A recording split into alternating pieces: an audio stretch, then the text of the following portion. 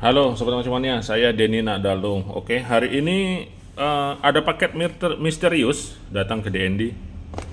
Tiba-tiba datang aja begini, kayaknya nih ada yang pengen nge-review kapten deh. Tapi tidak menyebut namanya. Jadi ya sudah, saya akan review saja. Kapten Verbia ini bisa dibilang sedikit ramai diperbincangkan lah. Beberapa teman juga ada yang WA saya suruh review ini real kapten. Katanya sih ada istilah real murah spek jutaan. Nah seperti itu. Kemudian eh, ada apa namanya, ada warm shaftnya atau apa, saya juga kurang mendalami tentang kapten ini. Yang jelas kalau ada ungkapan real dengan spek jutaan, kemudian real gaib, real apalah, real luar biasa lah, itu biasanya di thumbnail channel YouTube tuh biasanya memang sengaja dibuat seperti itu. Jadi hal seperti itu adalah semacam clickbait supaya kita ada rasa ketertarikan menonton video tersebut. Jadi hal seperti itu lumrah sih di dalam dunia per YouTubean. Kadang-kadang dibuatlah real harga sultan. Nah seperti itu adalah hal yang biasa. Cuman kita harus paham dulu bahwa kita tidak bisa pukul rata sebuah ungkapan tersebut, bahwa memastikan realnya memang begitu adanya, seperti itu. Yang jelas adalah kita lihat isi daripada kontennya, apakah kontennya dia sesuai atau tidak, seperti itu, jujur atau tidak, kemudian fakta atau tidak. Nah seperti itu. Kadang ada yang entah apa yang diomong, seperti itu, tujuannya bagaimana. Kemudian kadang-kadang ada juga yang tujuannya untuk penjualan. Itu sah-sah saja, itu kan hal yang biasa dilakukan oleh banyak orang, seperti itu. Jadi pinter-pinter kita milih aja, kalau suka ya tonton, kalau enggak ya jangan ditonton, kayak itulah. Itu sekedar intermezzo saja supaya kemarin karena ada yang WA ke saya, beli ini itu Kapten Verbia bener nggak? Itu speknya real jutaan gitu. Loh mana saya tahu gitu ini. Kirim aja sini realnya kalau pengen tahu. Nah tiba-tiba udah langsung datang nih tanpa menyebutkan namanya. Jadi ini aduh, barang gelap yang datang ke DND nih, gelap nih, gratis. Oke, balik lagi ke realnya. Kapten Verbia ini buatan mana nih? Buatan Cina apa buatan? Nggak ada dijelaskan. Kapten merek mana? Yang jelas kalau real murah, buatan Cina memang mendominasi sih. Entah itu diplesetkan jadi Japan, jadi Taiwan, jadi Korea. Kalau sepengetahuan saya, real murah memang dewasa ini pembuatnya adalah Cina. Itu tidak bisa kita pungkiri di dunia permancingan. Bahkan di rumah tangga sekalipun, apa sih yang nggak dibuat dari Cina, seperti itu. Karena Cina saat ini memang mendominasi dia dari faktor ekonomi, terutama di sisi produksi. Istilah produksi adalah pembuat gitu ya. Jangankan real, Sukhoi aja bisa dibuat di Cina dia. Oke, ini ada ekstra ring spacer, kemudian seal, kemudian clicker, bahkan belakangan ini handle pun sering digratiskan untuk mensupport nilai lebih daripada realnya, sehingga ada sebuah nilai lebih untuk memikat daya tarik sih, seperti itu, terutama di reel murah. Oke. Kalau disebut ada warm shaft-nya kemungkinan saja, karena ini ada menonjol di sini. Ini rumah seperti rumah warm shaft dia. Dan klikernya keras, kemudian speknya ya real 200 ribuan. Saya rasa sama. Nah, ini orang Bali bilang lemot sekali nih. Dia akan ngegol kalau kena beban besar dan digulung konstan. Oke, langsung kita buka. Ini power handle. Oke, jadi handlenya didrat di gear. Kemudian di sini biasanya permanen kalau real murah. Karena kalau nambah bearing di sini, ya tentu saja cost daripada pembuatan reel akan meningkat dia, sehingga kebanyakan reel murah akan dibuat permanen seperti ini. Bayangkan harga 200.000, udahlah terima ini aja, udah terima kasih gitu. Jangan neko-neko minta ini minta itu. Kalau mau banyak spek yang lebih banyak fasilitasnya, ya harus beli yang lebih mahal, minim di atas 1 juta, baru kita bisa menikmati yang namanya kelebihan ataupun tingkat daripada spesifikasinya seperti itu. Oke, ini knob spoolnya, ada seal karet sih, ada seal karet, kemudian dia pakai velg. Nah seperti ini.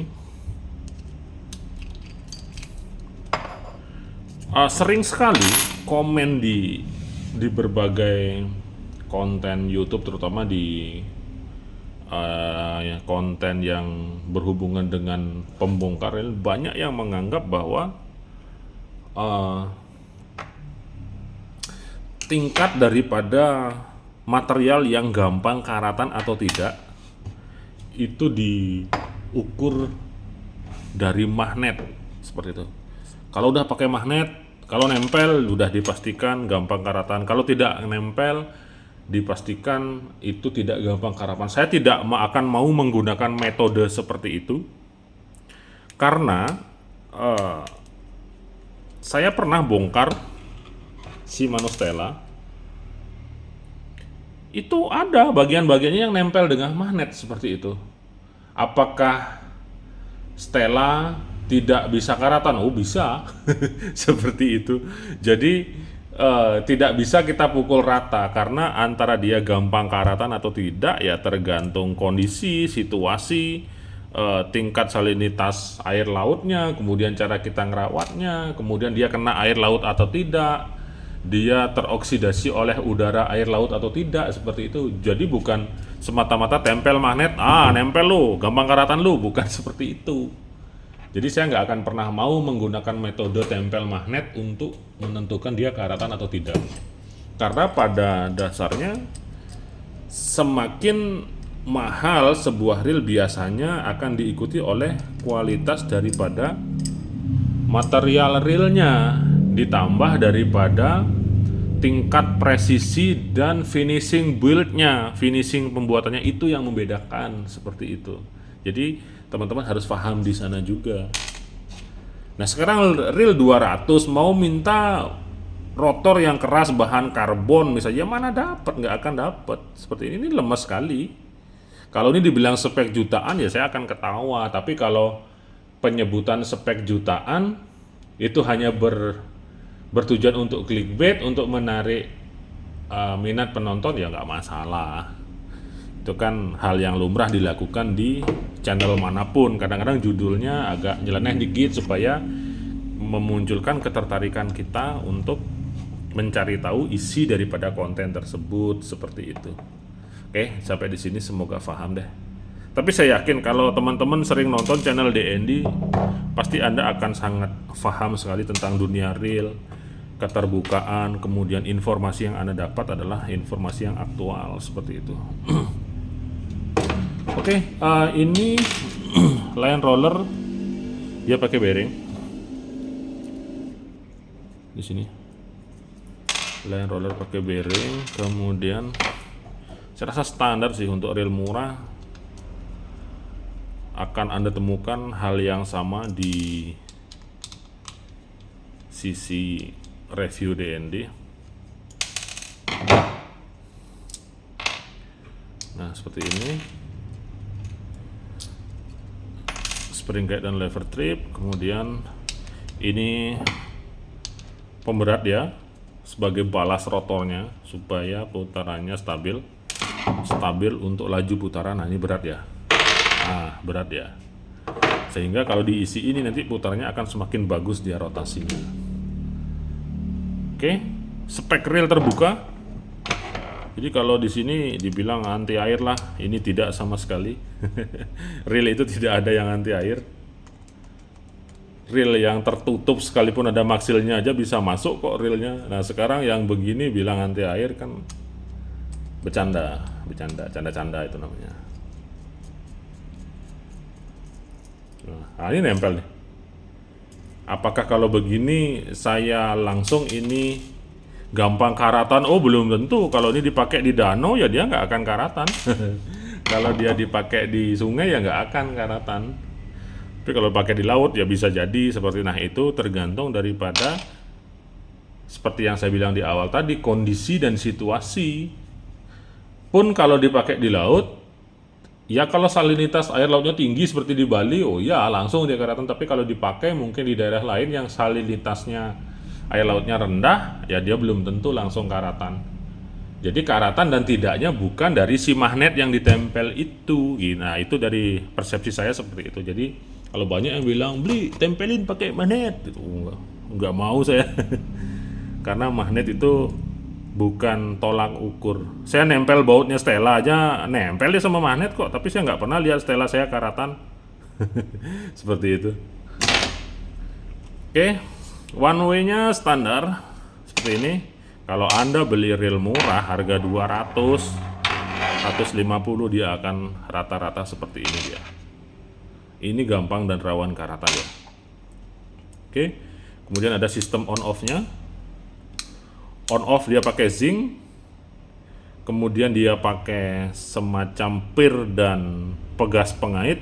Nah biasanya yang kalah sering di sini, di pirnya ini atau pegas pengaitnya yang masuk dari arah sini, seperti itu. Jadi on off ini antara perlu dan tidak, tapi kalau saya pribadi saya rasa nggak usah isi on off sih, nggak masalah seperti itu. Karena kalau ketika nanti misalnya mau buka bail arm, ketika tali di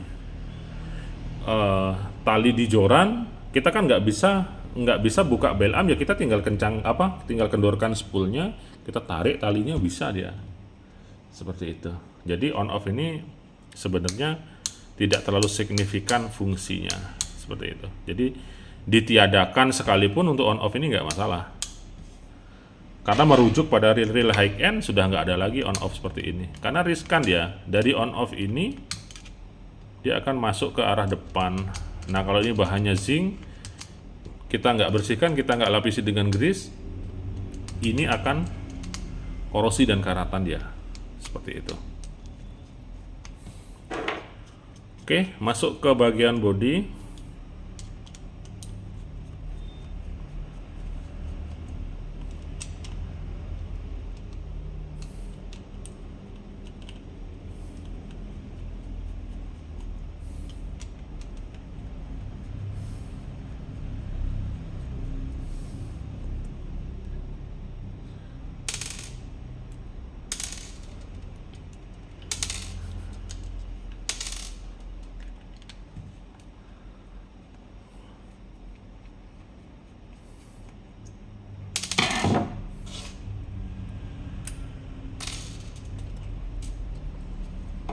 Oke, bener ternyata ada worm shaftnya dia. Ini gearnya zinc, disupport 2 bearing, kemudian ada worm shaft. Ini worm shaftnya.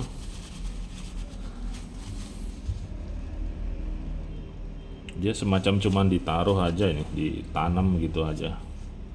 Oke, saya akan coba buka.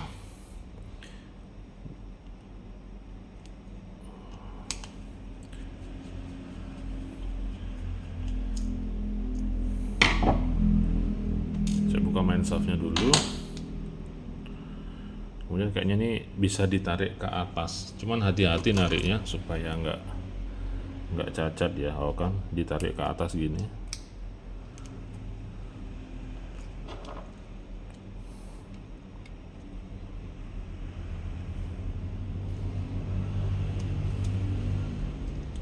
Ini ada semacam tempat untuk ininya.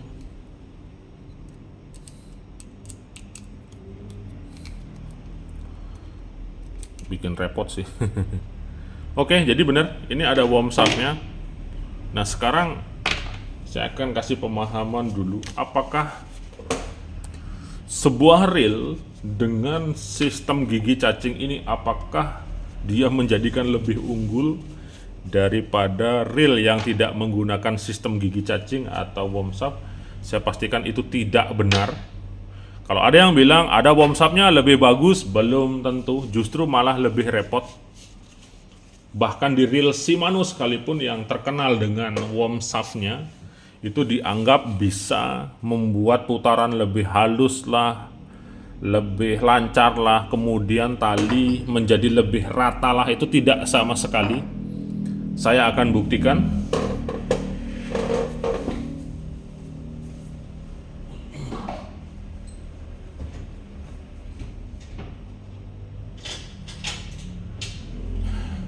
Di sini saya tidak akan membandingkan atau menyamakan antara reel ini dengan reel ini. Oke, saya garis bawahi dulu supaya nggak salah persepsi. Ini reel murah kok dibanding-bandingin dengan reel mahal, bukan itu maksud saya. Tapi di sini saya akan menunjukkan apakah worm shaft itu ada pengaruhnya terhadap putaran atau tidak. Oke, saya ambilkan dua sampel reel lagi.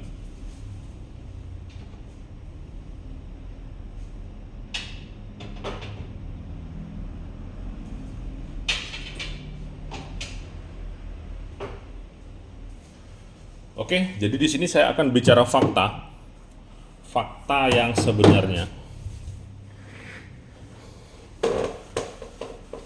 Pertama, apakah reel yang ada worm shaft-nya akan lebih unggul daripada reel yang tanpa worm shaft? Saya pastikan tidak, karena fungsi worm shaft ini dia hanya memaju dan memundurkan main shaft yang terhubung ke spool.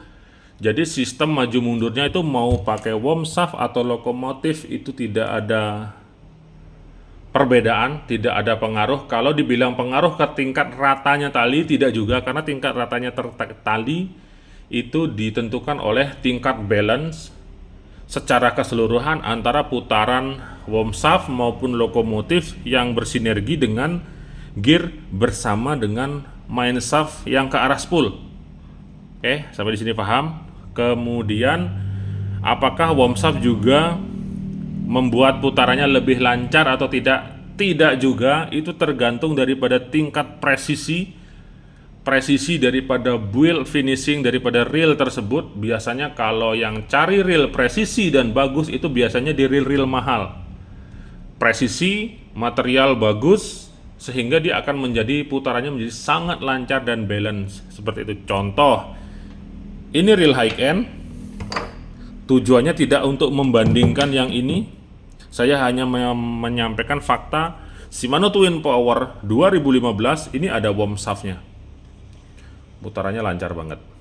Lancar, ringan banget. Ini pakai worm shaft ya di sini. Kemudian Daiwa Certed ini tidak pakai worm shaft dia. Dia pakai locomotive slider. Apakah putarannya seret? Justru lebih lancar. Nah, sampai di sini bukti bahwa ini bukan jaminan untuk memastikan putarannya lancar. Itu yang kelas 2-nya daripada Daiwa dan Shimano, yaitu Certed dan Twin Power. Sekarang kita masuk ke high end-nya. Ini pakai worm shaft Stella SWC 2019. Seperti ini. Oke, ini ada worm shaft-nya. Ini putarannya lancar banget. Nah, kemudian ini Saltiga 2020 2020. Ini terasa Stellanya lebih lancar. Nah, di sana membuktikan bahwa worm shaft itu bukan jaminan untuk lancarnya putaran, juga bukan jaminan untuk tali rata atau tidaknya, karena tali rata dan tidaknya itu banyak faktor, bisa kurang spacer, bisa tidak balance antara rotor dan spool bersama main shaft-nya, seperti itu. Semoga di sini paham deh. Jadi kalau ada bahasa worm shaft ini dianggap speknya jutaan, ini ngaco. Worm shaft itu hanyalah sebuah sistem ataupun sebuah mekanisme yang digunakan untuk memaju mundurkan idle gear sehingga nanti supaya spoolnya mau maju mundur. Terserah dia mau pakai worm shaft, dia mau pakai lokomotif, sama aja, yang penting selama dia presisi, build-nya bagus, finishingnya bagus, dia akan pasti lancar dan balance. Tapi kalau finishingnya yang namanya real 200 ribuan, ya finishing seperti ini kita harus bersyukur. Real 200 ribu dia tidak lebih mahal daripada satu bearing di sini, bayangkan. Terus Anda meminta yang speknya jutaan, ya mungkin Anda harus nabung dulu.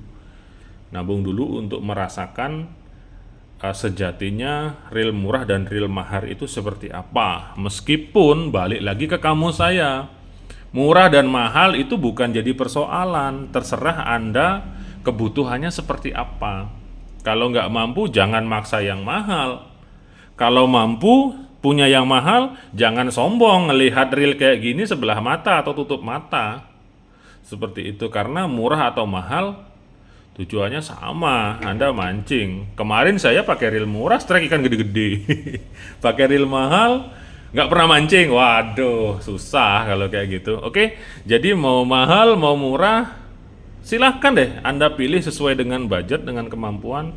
Mancing itu hobi, nggak ada paksa-paksaan. Apalagi kita saling cibir-mencibir. Ah, lu real murah, lu gini. Ah, lu real mahal, lu sombong gini. Percaya deh, nanti kalau Anda sudah merasakan fasenya, fase di mana Anda pernah menggunakan, memakai, memiliki, meneliti, membongkar, merasakan antara real murah dan real mahal, di sana Anda akan paham sendiri, seperti yang sudah pernah saya alami. Saya Dini Nadalung, 2 jempol untuk Anda semua. Mancing mania semakin mantap.